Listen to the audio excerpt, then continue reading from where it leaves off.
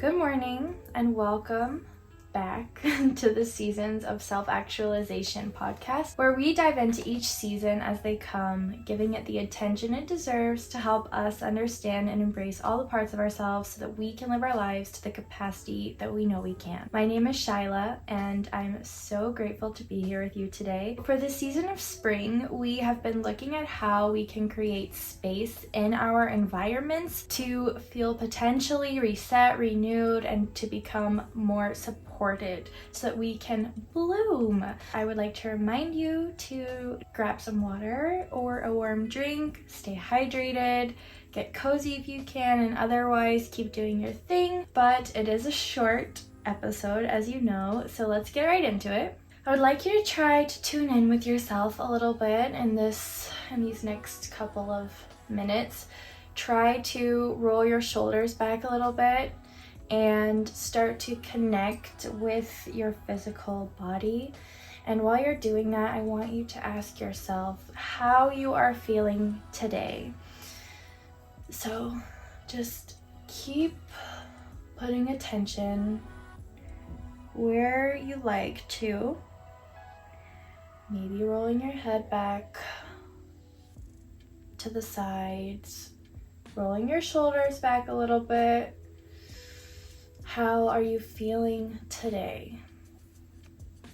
Keep sitting on that while we move into our breathing technique.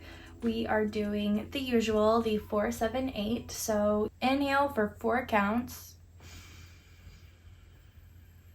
You're gonna hold that for 7 counts. 1, 2, 3, 4, 5, 6, 7. You're gonna breathe out for 8 counts. 2, 3, 4, 5, 6, 7, 8. Let's do this exercise one more time. Keep rolling your shoulders back or connecting with yourself. Exhale all your air. Breathe in through your nose. 4 counts. Hold for 7, 2, 3, 4, 5, 6, 7. Exhale through your mouth for 8. 3, 4, 5, 6, 7, 8. Okay, keep taking some deep breaths. In through your nose, out through your mouth. How are you feeling today? Keep breathing. Just take a moment.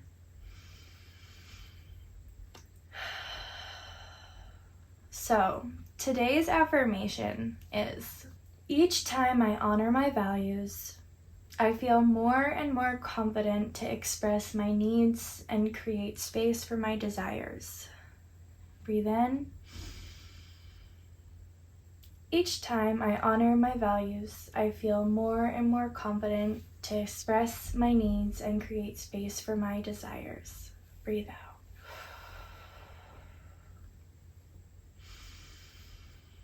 Each time I honor my values, I feel more and more confident to express my needs and create space for my desires. I think that was such a beautiful affirmation.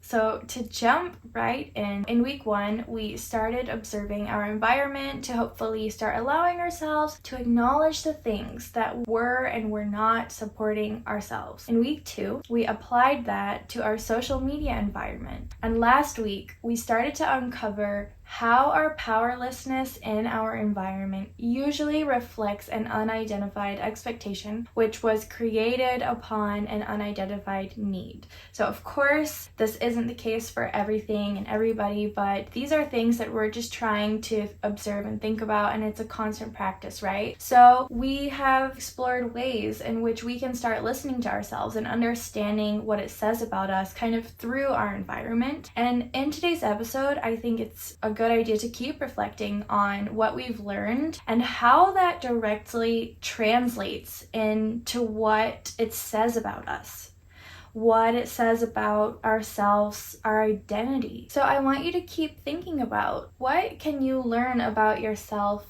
through these observations. What does it say about you as a person, what you like, what you want, what you need? What do the things that you're attracted to say about you? What are the things that you're a little bit repelled by say about you? How is your physical environment relating to you, just in general, right? Like whether it's something that you've created and you've put out there or something that you've noticed, start observing what it means. So to dive into this idea a little bit more, I want to give you an example. The more changes that I've made in my environment, the more I've learned about what I liked and what I needed. And a great example of this is after I moved to the Netherlands at 19, so many things were like different, obviously, because it's a different culture. It's a completely different environment. So this is kind of an extreme example, but to zoom in on one thing that was really different for me was actually this kind of calmness that people usually had around me, even if it was reacting to certain things. So I was an au pair. I went on to work with a bunch of different families, so I got to observe parents in this culture, and in general, I didn't hear hardly any yelling. And if there were intense things going on or escalating emotions, it never became like a huge dramatic outburst, or there wasn't a lot of yelling in general. I mean, obviously you run into situations where things get escalated between people, and even when I was, observing more and more within this culture, when I was going out, if something was happening, like I would see how people handled things, and it was not super common for things to get out of hand or very escalated. People have generally very calm reactions here, even if there's an upsetting event, or at least, constructive conversations even when someone's upset. And I've noticed this more and more even throughout my relationships with other people the older I got. After I was introduced to an environment where there were just a lot of calm emotions and like seeing a bunch of people handle things differently over and over and over again, over time, I just kind of realized that this was very different from the environment that I was used to and grew up in. So in turn, I kind of started to realize that whenever I was in contact with people who were not able to keep their emotions a little bit in check when they were speaking to somebody, or if the reaction of somebody was so extreme that it started to make other people feel uncomfortable or unsafe, it was not really in line with what I expected anymore, and also not in line with what I needed, right? But that also translated to that it wasn't in line with my values anymore. So I want to present the idea that the more that we understand our expectations and disappointments, like we talked about in last week's episode, the more we can understand our wants and our needs, right? But the more we understand our wants and our needs, the more we understand our values. So all of these things can kind of be intertwined and directly correlated. We just kind of have to start making sense of it. After you're able to identify all of these specific terms and how they correlate to each other, you start to realize what the feeling is like when something isn't aligned with your values anymore. I think maybe the first instinct is to even leave. Like if you're in a situation or with somebody who you start to understand, oh, this is not aligning with what I want, need, and what my values are, I need to get out of here. But the more that I was able personally to give myself what I needed, even if I had to continue to be in the places and environments with people or situations who couldn't align with that, the more I was able to figure out what the next best move is. So I think the first step when you are at this point is to acknowledge this fact, right? Everyone has different values. Like, this is bottom line. This is just the truth.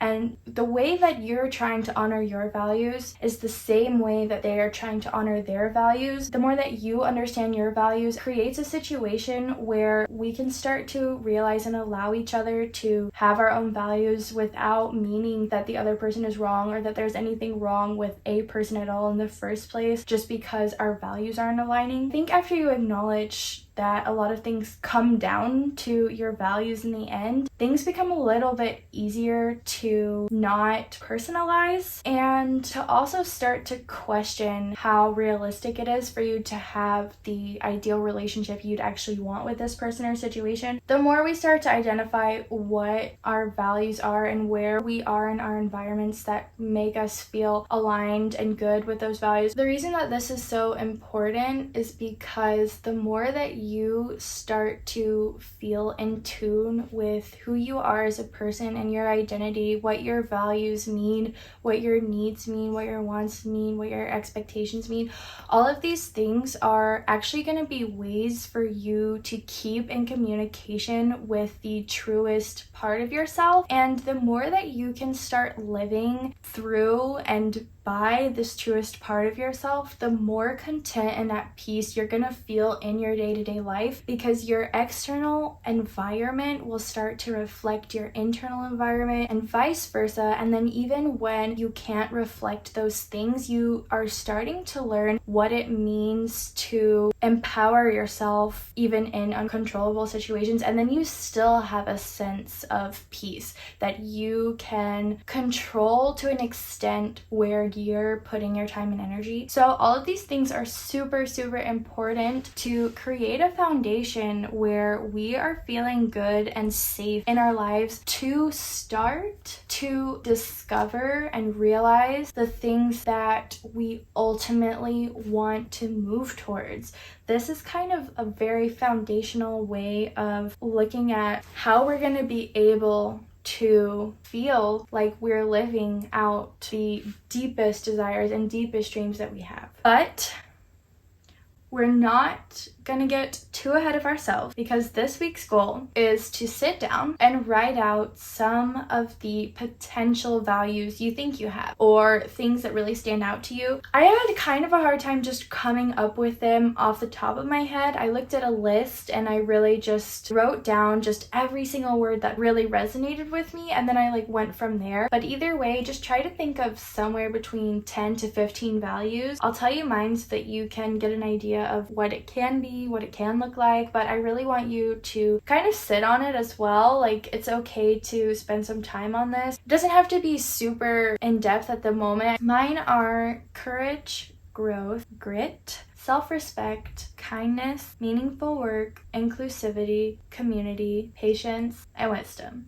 So something that I've learned about values is that they can change. And so whenever you write these down, it's okay if it's something else than you thought. Maybe you thought about your values once and something that comes up for you now is completely different.